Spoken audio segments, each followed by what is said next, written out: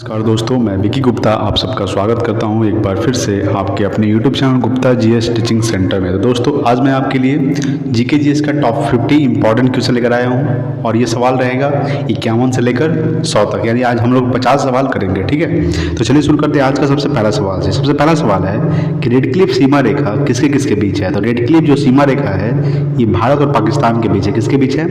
भारत और पाकिस्तान के बीच कौन सी रेखा है? तो रेड क्लिफ सीमा रेखा है। ठीक है, अगर आपसे पाकिस्तान के बारे में पूछेगा कि बताइए पाकिस्तान की राजधानी क्या है, तो इस्लामाबाद। पाकिस्तान की मुद्रा क्या है? तो रुपया जो है पाकिस्तान की मुद्रा है।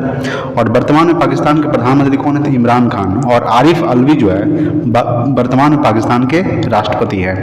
नेक्स्ट है कि मैकमोहन सीमा रेखा ये भारत और चीन के बीच है। किसके बीच है? मैकमोहन सीमा रेखा जो है ये भारत और चीन के बीच है।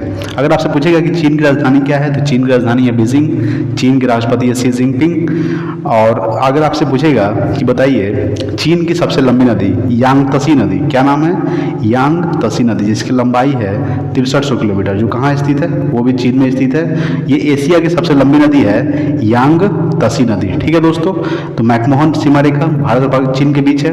रेड क्लिफ सीमा रेखा भारत और पाकिस्तान के बीच।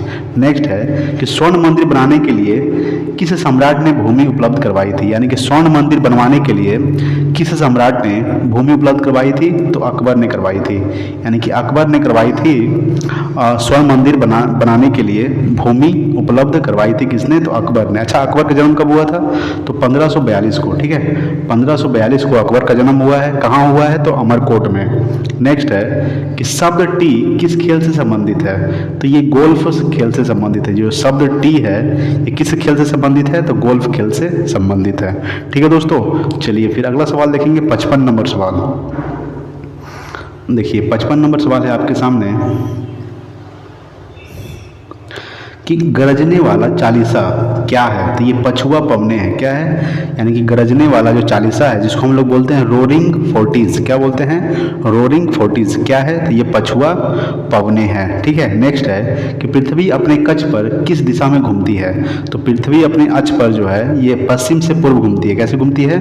पश्चिम से पूर्व घूमती है पृथ्वी अपने अक्ष पर।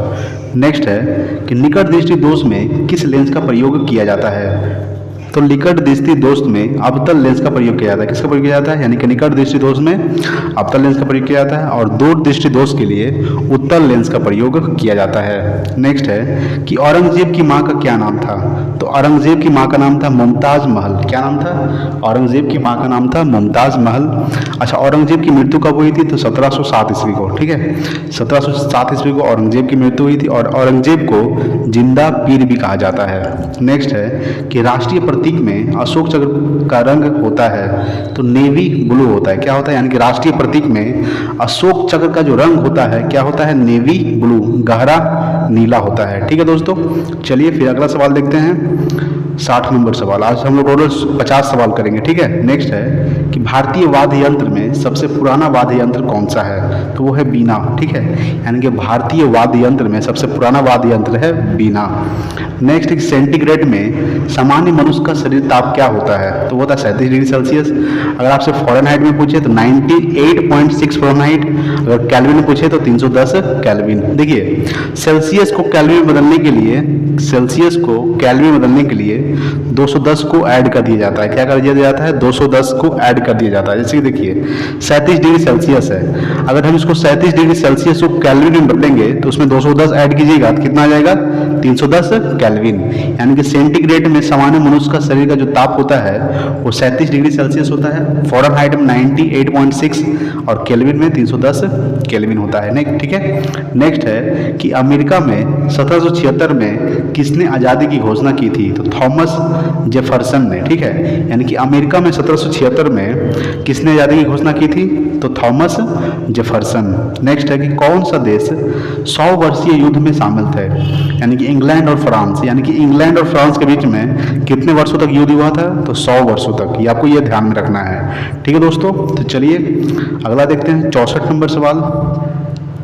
64 नंबर सवाल है कि संसार का सबसे बड़ा डाक नेटवर्क किस देश का है? तो वह भारत में, यानी संसार का सबसे बड़ा डाक नेटवर्क जो है किसका है? तो ये भारत का है। ठीक है दोस्तों। नेक्स्ट 65 नंबर कि संसद भवन पर आतंकी हमला किस वर्ष हुआ था? तो संसद भवन पर आतंकी हमला हुआ था 13 दिसंबर 2001 को, यानी कि 13 दिसंबर 2001 में संसद भवन पर आतंकी हमला हुआ था। और मुंबई पर कब हुआ? तो 26 नवंबर 2008 को हुआ था। ठीक है, 26 नवंबर 2008 को मुंबई पर हुआ था और संसद पर हुआ था 13 दिसंबर 2001 को। नेक्स्ट है कि सल्तनत कालीन में सुल्तानों में किसने इक्तादारी प्रथा चलाई थी? तो ये इल्तुतमिश ने चलाई थी। ठीक है, यानी कि सल्तनत कालीन सुल्तानों में किसने इक्तादारी प्रथा चलाई थी? तो इल्तुतमिश ने चलाई थी। ठीक है, चलिए नेक्स्ट देखेंगे अगला 67 नंबर सवाल। 67 नंबर सवाल है कि भारतीय राष्ट्रीय कांग्रेस के सबसे अधिक समय तक अध्यक्ष कौन रहे थे? वो रहे थे दादा भाई नौरोजी। ठीक है, यानी कि भारतीय राष्ट्रीय कांग्रेस के सबसे अधिक समय तक अध्यक्ष कौन रहे थे? दादा भाई नौरोजी। कितने बार रहे थे? तो 3 बार। अच्छा, भारतीय राष्ट्रीय कांग्रेस की स्थापना कब हुआ था? तो 1885 ईस्वी को। किसने किया था? तो A.O. होम ने किया था। ठीक है, A.O. होम ने 1885 ईस्वी को भारतीय राष्ट्रीय कांग्रेस की स्थापना किया था। ठीक है, इसके प्रथम महिला कौन थे अध्यक्ष? तो एनी बेसेंट। नेक्स्ट है कि किस धर्म सुधारक की मृत्यु भारत से बाहर हुई थी? तो हुआ था राजा राम मोहन राय का। यानी कि किस धर्म सुधारक की मृत्यु भारत से बाहर हुई थी? तो राजा राम मोहन राय का जो मृत्यु है वो भारत से बाहर हुआ था। कहाँ हुआ था? लंदन में। कब हुआ था? 1833 को। राजा राम मोहन राय ने ही ब्राह्मण समाज की स्थापना किया था। तो कब किया था? तो 1828 ईस्वी को। ठीक है, 1828 ईस्वी को राजा राम मोहन राय ने ब्राह्मण समाज की स्थापना किए थे। ये भी आपको ध्यान में रखना है। नेक्स्ट है कि भारत का सबसे बड़ा मछली निर्यातक राज्य कौन सा है? तो वो है केरल। ठीक है, भारत का सबसे बड़ा मछली निर्यातक राज्य कौन सा है? केरल जो है भारत का सबसे बड़ा मछली निर्यातक राज्य है। नेक्स्ट है 70 नंबर कि वर्ल्ड वाइड वेब का आविष्कारक कौन था? तो टिम बर्नर्स ली। ठीक है, वर्ल्ड वाइड वेब का आविष्कारक कौन था? तो टिम बर्नर्स ली जो है वर्ल्ड वाइड वेब का आविष्कारक है। नेक्स्ट देखेंगे अगला 71 नंबर सवाल देखिए। ठीक है, 71 नंबर सवाल है कि किस शासक ने महाबलीपुर के रथ मंदिरों का निर्माण करवाया था? तो नरसिंह वर्मन प्रथम ने। ठीक है, यानी कि किस शासक ने महाबलीपुर के रथ मंदिरों का निर्माण करवाया था?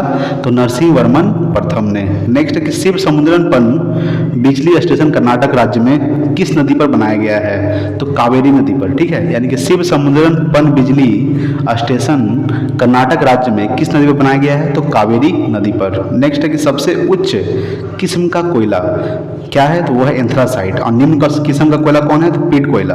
देखिए, कोयला 4 प्रकार का होता है। ठीक है, एंथ्रासाइट, बिटुमिनस, लिग्नाइट और पीट कोयला। सबसे सर्वोत्तम स्रोत माना जाता है एंथ्रासाइट और सबसे खराब कोयला माना जाता है पीट कोयला। ठीक है, नेक्स्ट है कि सिनेगॉग किस धर्म का आराधना स्थल है? तो यह है यहूदी धर्म का। ठीक है, यानी कि सिनेगॉग जो है ये किस धर्म का आराधना स्थल है? तो यहूदी धर्म का है। ठीक है दोस्तों, चलिए नेक्स्ट देखेंगे 75 नंबर सवाल। देखिए 75 नंबर सवाल जो है कि ख्वाजा मोइनुद्दीन चिश्ती की प्रसिद्ध दारगाह कहाँ पर स्थित है? तो अजमेर में, यानी गरीब नवाज, इसको गरीब नवाज भी बोलते हैं। यानी कि ख्वाजा मोइनुद्दीन चिश्ती का प्रसिद्ध दारगाह कहाँ पर स्थित है? तो ये अजमेर राजस्थान में स्थित है। ठीक है, नेक्स्ट 76 नंबर कि सन 1969 में भारत में कितने बैंकों का राष्ट्रीयकरण किया गया? तो 14। ठीक है, यानी कि 1969 में कितने बैंकों का राष्ट्रीयकरण किया गया था? तो 14 बैंकों का। और 1980 में 6 बैंकों का राष्ट्रीयकरण किया गया था। ठीक है, नेक्स्ट है कि मोटर वाहनों में पश्च दृश्य दर्पण के रूप में कौन सा दर्पण उपयोग में लाया जाता है? तो उत्तल दर्पण। यानी कि पीछे के वस्तु को देखने के लिए, मोटर वाहनों में पीछे के वस्तु को देखने के लिए उत्तल दर्पण का प्रयोग किया जाता है। नेक्स्ट है कि वोट की सीमा 21 वर्ष से घटाकर 18 वर्ष कर दी गई। कब की गई थी? ये 1989 में 61वें संविधान संशोधन 1989 में किया गया था। 21 वर्ष से घटाकर 18 वर्ष। ठीक है, यानी कि वोट की सीमा जो है 21 वर्ष से घटाकर 18 वर्ष कब कर दिया गया? 61वें संविधान संशोधन 1989। ठीक है, चलिए नेक्स्ट देखेंगे अगला सवाल देखते हैं। देखिए अगला सवाल है 79 नंबर कि भारत के प्रथम गवर्नर जनरल? तो वारेन हेस्टिंग। ठीक है, वारेन हेस्टिंग जो है ये भारत के प्रथम गवर्नर जनरल है। 80 नंबर की भारत का पहला वायसराय? Lord Canning. ठीक है, लॉर्ड कैनिंग जो भारत का प्रथम वायसराय है। ठीक है दोस्तों, चलिए फिर अगला देखेंगे 81 नंबर सवाल देखते हैं। तो देखिए 81 नंबर सवाल आपके सामने है। 81 नंबर है कि मोहम्मद अली जिन्ना का घर भारत में कहाँ है? तो मुंबई में है, ठीक है। यानी कि मोहम्मद अली जिन्ना का जो घर है भारत में कहाँ है? तो मुंबई में है। नेक्स्ट 82 नंबर कि भारत की सबसे बड़ी सुरंग जवाहर सुरंग किस राज्य में स्थित है? तो ये जम्मू कश्मीर में है। यानी कि भारत की सबसे बड़ी सुरंग जवाहर सुरंग किस राज्य में है? जम्मू कश्मीर। नेक्स्ट है कि भारत का कौन सा राज्य नेफा के नाम से जाना जाता है? तो अरुणाचल प्रदेश, ठीक है। अरुणाचल प्रदेश जो है ये नेफा के नाम से जाना जाता है। किस नाम से?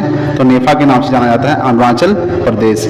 नेक्स्ट है कि लौंग पौधे के कौन से भाग से प्राप्त होती है? तो पुष्प कलिका से। यानी कि लौंग जो है ये पौधों के पुष्प कलिका भाग से प्राप्त होती है। नेक्स्ट है कि अद्वैतवाद का सिद्धांत दिया था, ठीक है। अद्वैतवाद का सिद्धांत दिया था श्री शंकराचार्य ने। किसने दिया था? श्री शंकराचार्य ने अद्वैतवाद का सिद्धांत दिया था, ठीक है दोस्तों। चलिए नेक्स्ट देखेंगे 86 नंबर सवाल। 86 नंबर सवाल है कि इलायची की पहाड़ियाँ भारत में कहाँ स्थित है? तो ये केरल में स्थित है, ठीक है। इलायची की जो पहाड़ियाँ हैं ये भारत में कहाँ स्थित है? तो ये केरल में स्थित है। नेक्स्ट 87 नंबर कि माई म्यूजिक माई लाइफ पुस्तक के लेखक कौन है? तो ये पंडित रविशंकर है। कौन है? पंडित रविशंकर जो है माई म्यूजिक माई लाइफ पुस्तक के लेखक हैं। नेक्स्ट 88 नंबर कि आम बजट कौन पेश करता है? तो ये देश का वित्त मंत्री।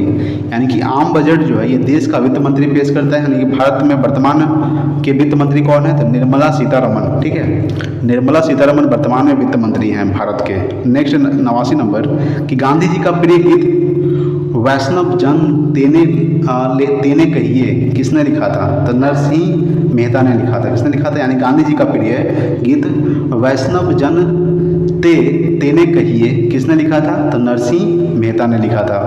नेक्स्ट है कि कौन से सत्याग्रह के बाद गांधी जी ने साबरमती आश्रम हमेशा के लिए छोड़ा?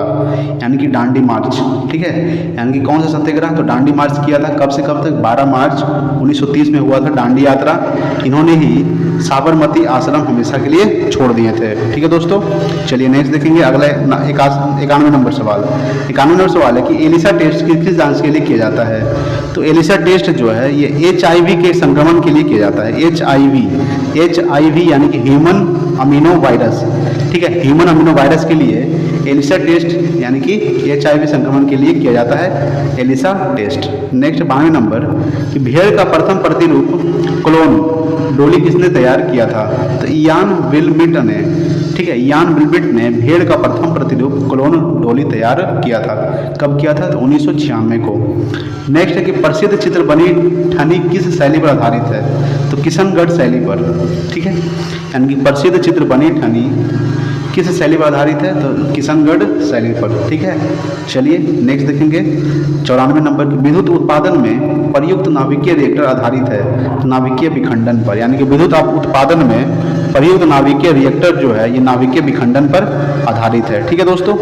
चलिए नेक्स्ट देखते हैं 95 नंबर सवाल कि किस नगर को शाश्वत नगर भी कहा जाता है? तो रोम शहर को, ठीक है।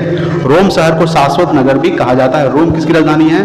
तो रोम इटली की राजधानी है रोम। नेक्स्ट 96 नंबर कि भारत में तंबाकू की खेती किस विदेशी शक्ति की देन है?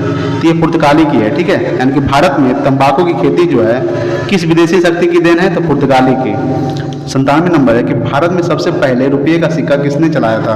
तो शेरशाह सूरी ने चलाया था, ठीक है। भारत में सबसे पहले रुपये का सिक्का जो है शेरशाह सूरी ने चलाया था। 98 नंबर है कि 1998 में पोखरण में आणविक परीक्षण करने की सक्रिय का कोड नाम क्या है? तो ऑपरेशन शक्ति, ठीक है। 1998 में पोखरण में आणविक परीक्षण करने की सक्रिय का कोड नाम क्या है? ऑपरेशन शक्ति है। 99 नंबर सवाल है कि मैं ही राज हूँ और मेरे शब्द ही कानून है, यह कथन किसका है? तो लुई 14वां का, ठीक है। यानी कि मैं ही राज हूँ और मेरे शब्द ही कानून है, यह कथन किसका है? तो लुई 14वां का है जो फ्रांस से बिलोंग करते थे। आज का लास्ट सवाल 100 नंबर सवाल देखते हैं, ठीक है। 100 नंबर सवाल है कि राइट्स ऑफ मैन नामक पुस्तक की रचना किसने की थी? तो थॉमस पेन ने, ठीक है। यानी कि राइट्स ऑफ मैन नामक पुस्तक किसने रचना की थी? तो थॉमस पेन ने इसकी रचना की थी, ठीक है दोस्तों। तो मैंने अभी 50 सवाल करवा दिया है, ठीक है। 51 से लेकर 100 तक, ठीक है। 51 से लेकर 100 सवाल तक मैंने करवा चुका है, ठीक है दोस्तों। अगला देखेंगे 101 नंबर सवाल से 150 सवाल तक, ठीक है। यानी कि कल भी 50 सवाल करेंगे। चलिए आज के लिए इतना ही, मिलते हैं अगले वीडियो में। तब तक के लिए जय हिंद, वंदे मातरम।